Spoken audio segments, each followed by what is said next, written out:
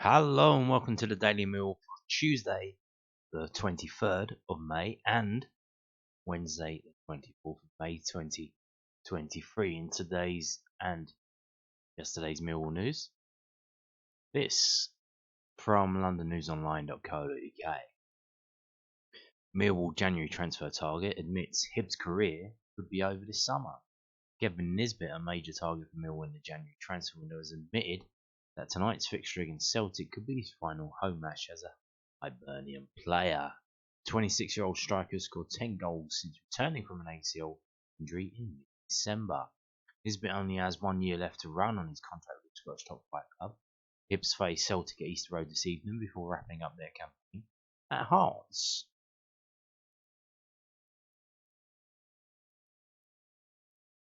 Asked if the match tonight could be his final home game as a Hibernian player, Nisbet told Scottish media, it could, yeah, but for me it's just about focusing on the game and then focusing on the Hearts game. All that other stuff is put to the side until after the season, and then we'll take it from there. For me, it's just about putting a good performance on against Celtic and trying to get 3 points. I'm not really too sure how the summer pans out. I'm not really full into it. My agent and the club are in good dialogue with each other.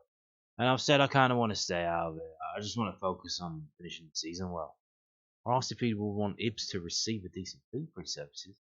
Nisbet replied, well, hey, of course I do. This is my first season here. I've got a good connection with the club. They've been great to me, so if I can return the investment, that would be great for all parties. Well, would you believe it? They beat Celtic 4-2. Yeah, he scored a penalty. Kevin Nisbet, so he's up to 11 goals now. Not a bad result beating Celtic, but obviously Celtic have already won the title. Not much going on now. This is London News Online reporting on an interview that Kevin Nisbet gave to the local Edinburgh press, namely the Edinburgh Evening News. Now, what they didn't mention was the lies and deceit. So where are we going?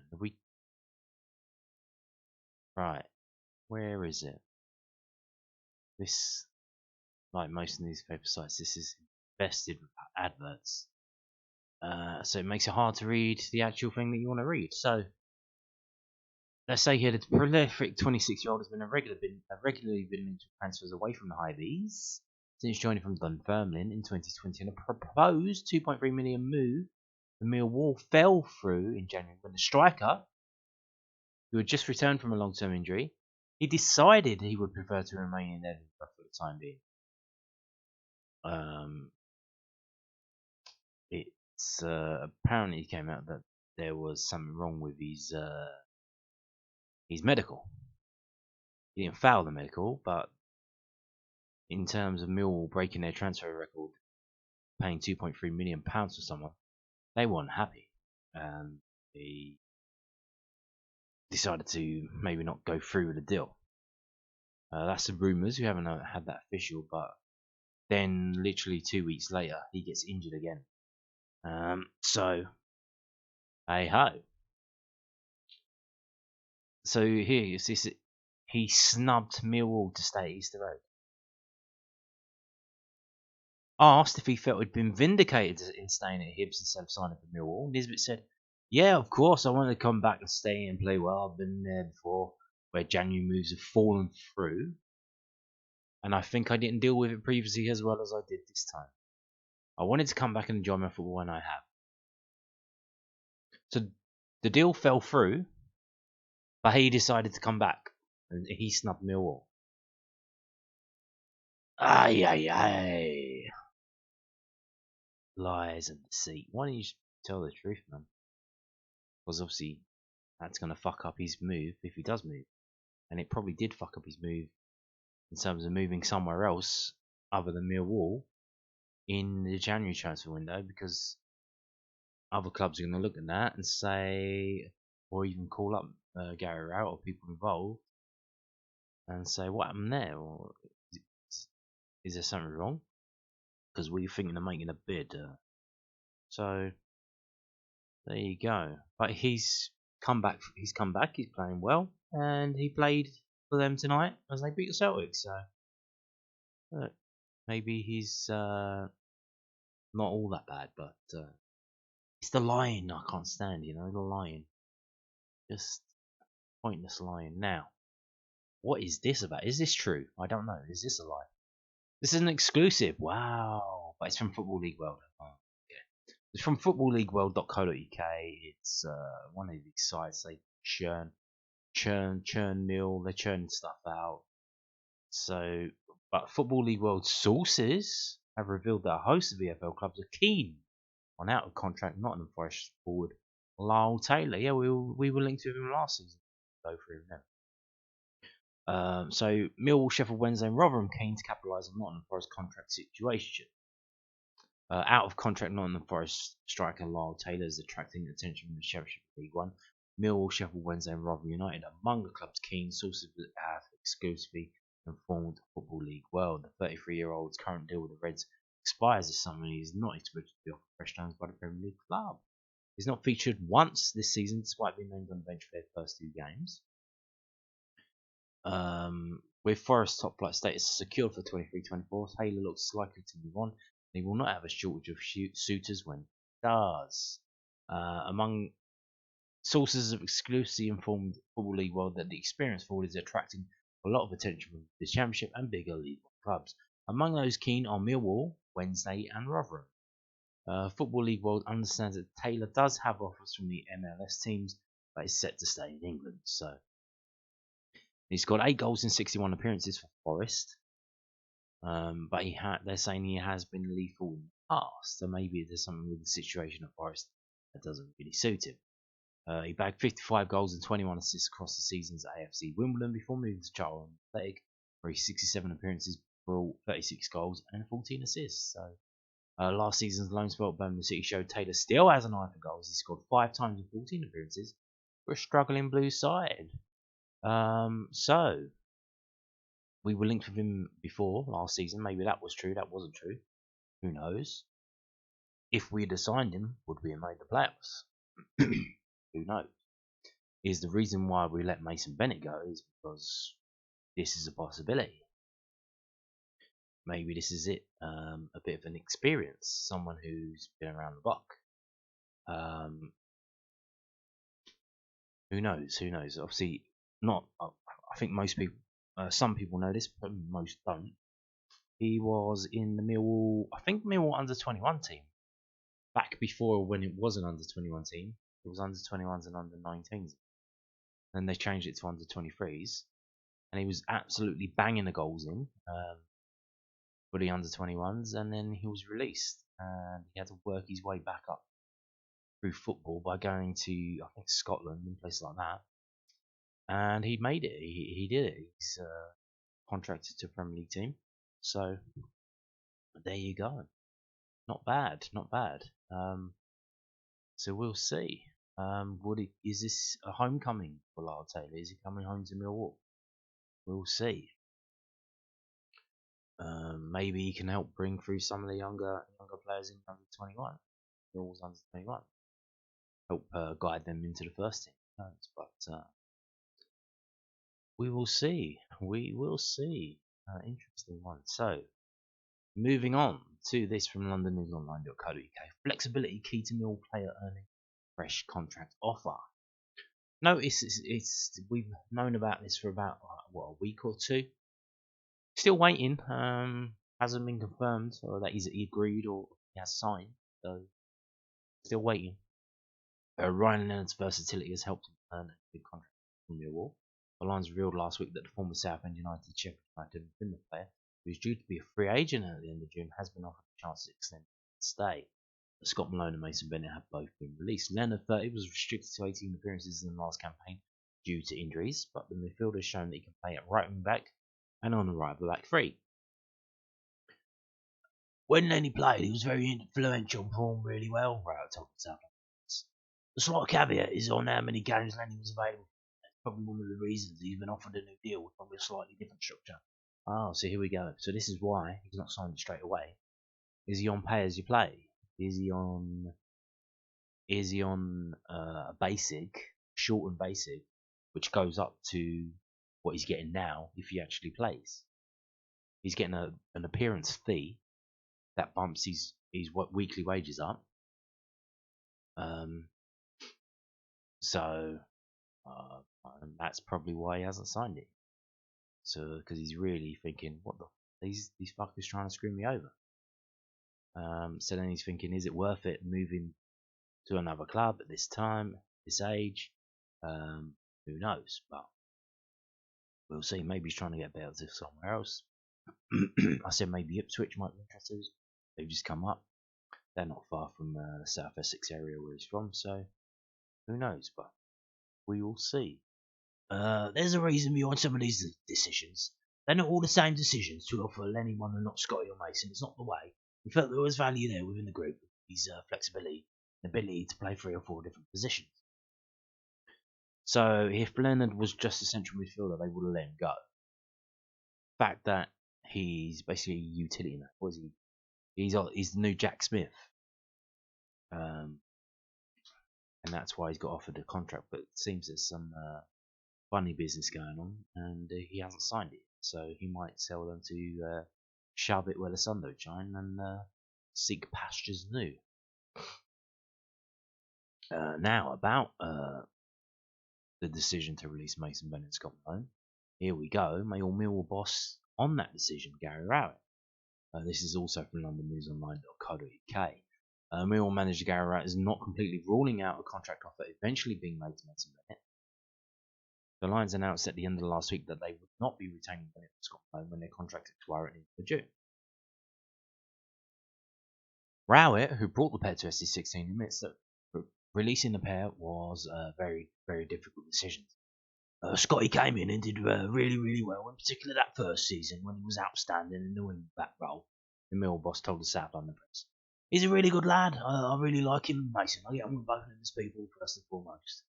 Sometimes it's just comes to that point where you have to make a decision for both the club and the player to play more regularly. And Scotty didn't play as much, certainly second half of the season, maybe down to the switch of formation. And that's quite difficult to keep people fresh and happy. He was brilliant up until the last time. He gave everything he had. He was a fantastic footballer. Mason is not one we've completely ruled out, but what we've had to say is that it's unlikely we can offer you anything. So basically, they're trying to replace him with someone better, maybe Lyle Taylor. And if they can't get anyone, then they'll come back to him and say, "You want to come back?" If he still hasn't found a club. Nice situation to be in, huh? Mace will probably say the same. That's been really difficult for him to play regular games back to back, from both a selection point of view and fitness point of view. It gets to the point where maybe he needs that fresh challenge. He's one I think we would revisit, perhaps targets didn't go as we I don't think we would rule that one out of getting back to the table. But sometimes you're better to have that clarity of where we are, and so therefore both those players go with our best wishes. And they've both been brilliant in the training ground and around the group. They've played a massive part in the success over the last 3 or 4 years. It's not nice decisions to have to make, I've got to say that. So there you go, a bit more insight there. Scott Malone is gone and gone. Mason Bennett may be coming back like a boomerang. You throw it away and it just comes back. Now, moving on to this from SouthwarkNews.co.uk. Exciting Mill prospect already looking forward to next season as he outlines big aims. Romain Esse made his senior debut last season as a 17-year-old and played 13 times. All of them off the bench. Romain Esse is already looking forward to continuing his development next season, helping Mill win with another tilt at promotion to the Premier League. Esse, 18, capped a remarkable campaign in which he came from the proverbial nowhere to make 13 senior appearances. Then, in the space of 7 days from last week, Esse scored a goal in both the semi-final, in the 95th minute for a 3-3 draw against Hull City to send the game into extra time, where Millwall won 4-3, and in the final against Sheffield United as the Lions clinched the Professional Development League national title, again after extra time. Captain Chinocoli scored the host's winner. Esse did come out of nowhere. He was on the bench for the under-21s. He wasn't really getting on.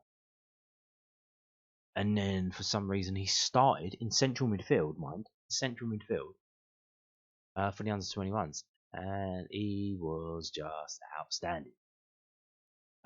He was absolutely brilliant. And but then they brought him into the first team and they play him out wide.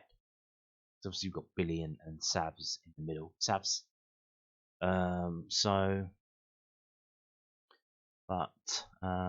Yeah, he really did come out of nowhere. He was an under-18 player. Esse is potentially one of the most exciting attacking talents to come through the academy in some time, and he is not alone, as Kevin Bridges under-21s went the entire campaign undefeated at home. But here's the thing: this happens quite often as well. Like, he made his breakthrough. I don't know where he was playing for the under-18s, but playing in that under-21 game where he was absolutely brilliant. His first start, I think. He's playing central midfield and he's like holding onto the ball, shrugging people off, managed to keep the ball when they're trying to tackle him, forcing like two people to try and tackle him, which opens up space. And he picks out a beautiful pass forwards. I think it was Abdul Malik who runs into it, ends up scoring. But then they mess around with him and they put him as an outside right, as a winger.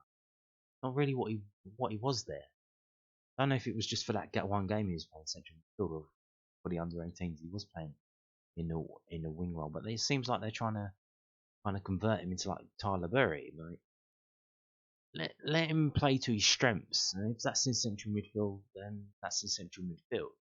Maybe it's more attacking up front, kind of the role that here Zion Fleming plays. Maybe we do instead of playing wide right, we play inside right. Kind of like we did against, was it Blackpool, with the basically Bradshaw, Fleming, and Watmore playing as a kind of front three, more narrow. But yeah, sticking him out wide right, it seems to be a bit of a waste, to be honest. He's doing all right there, but I don't think you're going to get the best out of him sticking him out. The Millwall youngsters were roared on by a crowd of more than 2,000 on Monday. It's a lot, and it means a lot to the boys, as they told Millwall TV.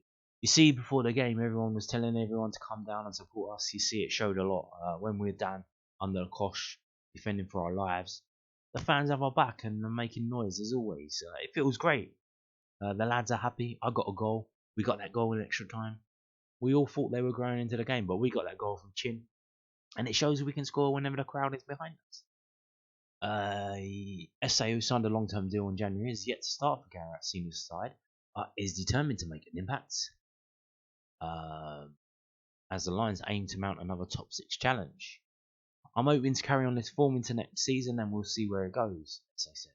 Already looking forward to next season. It's been a great 8 months, and I'm happy to continue this success. Just see where it takes me to set next season, I hope. You know what the big aim for us next season? The Prem. Exactly. And I said in previous videos, we're having trouble getting to the playoffs. Let's just win the league. Don't worry about playoffs. Try and win the league. Probably be easier than getting to the playoffs. Now talking about the crowd, what was the crowd about? Why were there so many people at that under 21? Because it's quite outstanding. Surprised me, surprised everyone. I think surprised everyone at Millwall. Now was it because it was a final? Because it was they literally emailing everyone every day, saying buy a ticket, buy a ticket, buy a ticket. Was it because it was an under 21 game that was actually at a time that people could make 7 p.m? Or was it all of the above? Now, if next season they move some of the games to 7 p.m, will they have crowds there? Could they make a bit more money off of that and make a bit of a push for that? I don't know. Or was that just literally just because it was the final and there was no other Millwall game? Millwall season finished 2 weeks ago. If they did put under 21 games at 7 p.m, would anyone go? Some clubs do. A lot of clubs do. Again, they could do that. I think they had to turn the floodlights on at half time. It was getting a bit dark. So in the winter months, there'll be paying a lot for the floodlights, so maybe they'll just about break even with the energy cost. You never know, but yeah, good to see a crowd there for that. Really good to see a crowd there. Yes, and we'll see if SA starts any games next season and where they play him. More important. Moving on to this. This is the final story of today's video. A new stadium tour dates on sale. Well, there should be tour dates. There's one date on sale for the summer. A new batch of stadium tour date are now on sale. Experience the magic within. I think they just copied and pasted. Walk the path many lines of leisure and take the feel the passion SC16 on our 1 hour guided tour. The Den is one of the most iconic football stadiums in England, making it the perfect place to learn all about the colourful history and heritage of the Millwall Football Club. The guided tour will start in the executive lounge or stopping at various different locations in the stadium, such as the director's box, the press area, Paul Jiggins Media Suite, and the toilets. The tour, I tell you what, while I'm talking about this, at that under 21 game, something that made me fucking crease up. Outside, queuing up to get through the turnstiles, the blue bus is there. You know what they've got sat behind the wheel? They got the Zampa costume. They had the Zampa costume propped up in the driver's seat of the blue bus. And he's literally like he's stoned because, like, I'm thinking, what are these little kids seeing that? What the fuck do they think? The guy's like fucking spazzing out. Like, what the fuck? He's just sitting there, eyes wide open. It's an inanimate object. But it's just stuck still, like a statue. He's got his hands on the steering wheel. They put his hands on the steering wheel. Mate, I was creasing up. These kids thinking, see, they think the guy's he's dead. He's just having a fit or something. The tour is rounded off by taking the players walk from the dressing room through the tunnel and out to the dugouts. The experience cannot end without making sure you grab a picture next to Gary Rowett's seat. I wonder if they're going to go to the trophy cabinet and see these Professional Development League trophies. The stadium tour date is Friday the 2nd of June at 1 PM. So Friday, 2nd of June, 1 PM. It's there. The prices there. I'm not going to read them all out because my voice is going and I want to finish the video. And on that note, thank you for watching and goodbye.